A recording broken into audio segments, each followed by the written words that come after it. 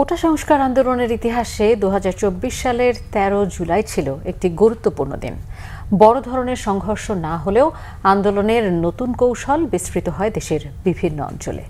রাজশাহীতে রেলপথ অবরোধ, ঢাকা বিশ্ববিদ্যালয়ের সমন্বয়কারীদের সংবাদ সম্মেলন, মামলা ও হয়রানির অভিযোগ এবং সব মিলিয়ে ১৩ জুলাই তৈরি হয় পরবর্তী কয়েকদিনের উত্তাল পরিস্থিতির ভিত্তি। বিস্তারিত জানাচ্ছেন ওমর ফারুক।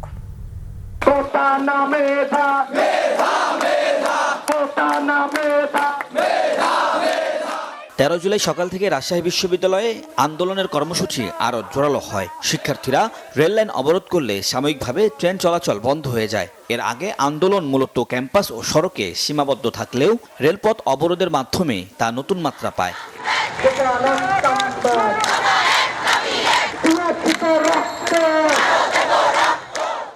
এদিনের সবচেয়ে গুরুত্বপূর্ণ রাজনৈতিক বার্তা আসে সন্ধ্যায় ঢাকা বিশ্ববিদ্যালয় থেকে।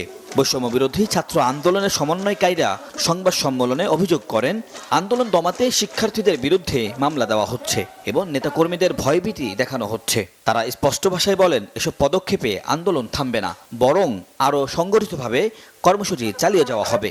আমরা ঢাকার যে শিক্ষা প্রতিষ্ঠানগুলো রয়েছে তারা আগামীকাল আমরা গণপদযাত্রায় অংশগ্রহণ করব।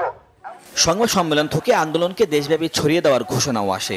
সমন্বয়কারীরা জানান, শুধু ঢাকা নয়, দেশের বিভিন্ন বিশ্ববিদ্যালয় ও জেলায় একই দাবিতে আন্দোলন জোরদার করা হবে। ক্রমেই স্পষ্ট হতে থাকে কোটা সংস্কার আন্দোলন একটি জাতীয় আন্দোলনের রূপ নিচ্ছে।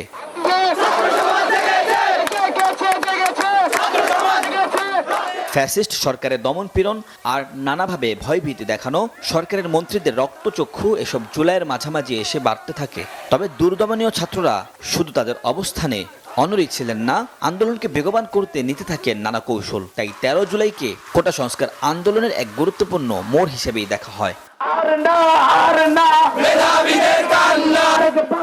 ওমর ফারুক, বাংলা ভিশন, ঢাকা।